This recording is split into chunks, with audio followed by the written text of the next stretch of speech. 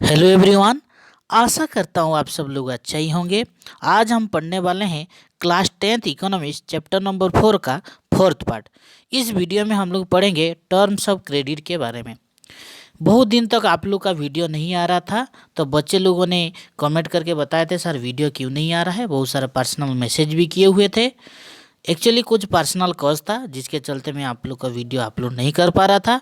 अब मैं आप लोगों से वादा करता हूँ वीकली 2 और 3 वीडियो आप लोग का अपलोड हो जाएगा। इस वीडियो में हम लोग खास करके पढ़ेंगे टर्म्स ऑफ क्रेडिट, यानी कि हम जो लोन लेते हैं, हम लोन डिफरेंट सेक्टर से लेते हैं, है कि नहीं। जैसे कि बैंक से लेते हैं, मनी लेंडर से लेते हैं, जैसे कि आप लोग साहूकार बोलते हैं उनसे भी लिया जाता है।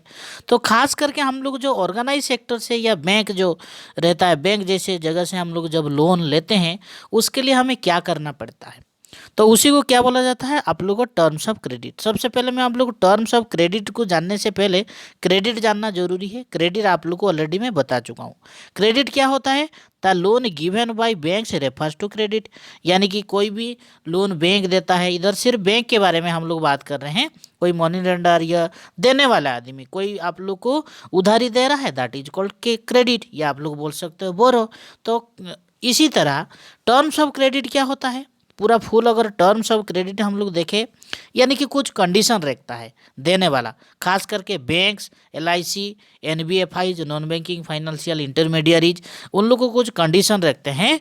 उसी को क्या बोला जाता है? Terms of credit. जैसे लिखा गया the condition of banks against the given loan. जो कुछ भी लोन आप लोग लेने जाते हैं बैंक्स या कोई भी जगह में, तो आप लोगों को कुछ सर्टेन चीज़ें देना पड़ेगा। उसी को क्या बोला जाता है? Terms of credit. और सर्टेन चीज है क्या? एक हो गया कोलेटरल। कोलेटरल क्या है? हम लोग नेक्स्ट स्लाइड में हम लोग उसके बारे में डिटेल्स पढ़ेंगे। याद रखिए कम से कम ये 4 चीज़ तो जरूरी है। सेकंड कौन सा हो गया? इंटरेस्ट रेट, यानी कि जिसको आप लोग हिंदी में ब्याज बोलते हो। कुछ एक्स्ट्रा मनी उन लोग को देना पड़ता है कि नहीं, जहाँ से आप लोग लोन लेते हो, और बैंक से भी क्यों ना लो। डॉक्यूमेंटेशन, अगर लोन लेना है तो आपको कुछ डॉक्यूमेंट्स वगैरह जमा करना पड़ेगा। किसके पास? बैंक के पास, या जहाँ से लोन रह रहे हो। और उसके अलावा मोड ऑफ रीपेमेंट, यानी कि जो पैसा था, मनी तो आप ले लिए हो, उसको वापस कैसे करोगे, किस प्रकार सिस्टम में करोगे, ये सब कागजात वगैरह लगता है कहाँ? बैंक में या NBFI जिसको नॉन बैंकिंग फाइनेंशियल इंटरमीडियरीज वगैरह बोला जाता है, उससे हमें क्या करना पड़ता है? वादा करना पड़ता है। उस कंडीशन को फॉलो अप करेंगे और पूरा कंडीशन को क्या बोला जाएगा? Terms of credit. अब देखेंगे हम सभी को एक एक करके पढ़ेंगे। टर्म्स ऑफ क्रेडिट में कोलेटरल है क्या? ये कोलेटरल क्या है? Collateral is an asset that the borrower use as a guarantee to a lender until the loan is repaid. Suppose to that आप एक बोरोअर है, आप बैंक में लोन लेने जाते हो, तो आपको कुछ चीज़ें बैंक के पास जमा करना पड़ेगा, क्योंकि बैंक में तो कोई आप लोग को फ्री में नहीं दे देगा। हो सकता है बैंक का पैसा को आप गायब कर दो, इसका रीपेमेंट ना करो, तो बैंक आपको भरोसा नहीं करता है। तो उसके अगेंस्ट में बैंक के पास कुछ मनी हो, मनी तो नहीं बोल सकते क्योंकि हम लोग मनी उधर लेने जाएं।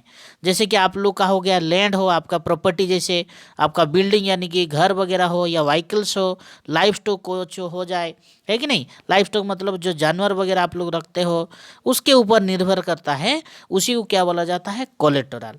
यानी कि जब आप लोग उसके पास कुछ चीज़ें, हिंदी में अगर बताया जाए, गिरवी रखोगे, तब क्या करता है? वो आपको कुछ मनी देगा। उस गिरवी को इंग्लिश में हम लोग बोल सकते हैं कोलेटरल, है कि नहीं। तो कोलेटरल रखोगे ये, तभी आप लोगों को कुछ मनी मिलेगा। अगर शॉर्ट में कोलेटरल देखा जाए तो उसको क्या होता है? Security against loan. यानी कि आप जब लोन लोगे, कल को पता चले आप लोन लेकर भाग गए, तो उसके चलते क्या आपको कुछ सिक्योरिटी जमा करना पड़ेगा। कहाँ? बैंक में, या जहाँ से भी ले रहे हो। उसी को क्या बोला जाता है? कोलेटरल। यानी कि सबसे फास्ट टर्म ऑफ क्रेडिट हो गया कोलेटरल। कुछ ना कुछ आप लोगों को गिरवी रखना पड़ेगा। सेकेंड थिंग, इंटरेस्टेड, आपको उनसे वादा करना पड़ेगा। क्या वादा करोगे? Extra money on principal amount, यानी कि आपको जितने पैसा वो लेंडर देंगे, यानी कि मान लीजिए इधर बैंक, वे आपको जितने मनी देंगे उसके अलावा कुछ एक्स्ट्रा मनी बैंक को आपको रीपेमेंट करके देना पड़ेगा। उस एक्स्ट्रा मनी को क्या बोला जाता है? इंटरेस्ट रेट बोलते हैं, यानी कि आप लोग बोल सकते हो ब्याज, है कि नहीं। यानी कि ब्याज आप लोग को जो एक्स्ट्रा देना पड़ेगा उससे वादा करना पड़ेगा कि मैं आप लोग को फ्री में नहीं लूँगा, जितना मनी आप मेरे को दे रहे हो उसके अगेंस्ट में कुछ मनी आपको एक्स्ट्रा मैं दूंगा, that is interest rate. Third terms of credit है डॉक्यूमेंटेशन। डॉक्यूमेंटेशन क्या है?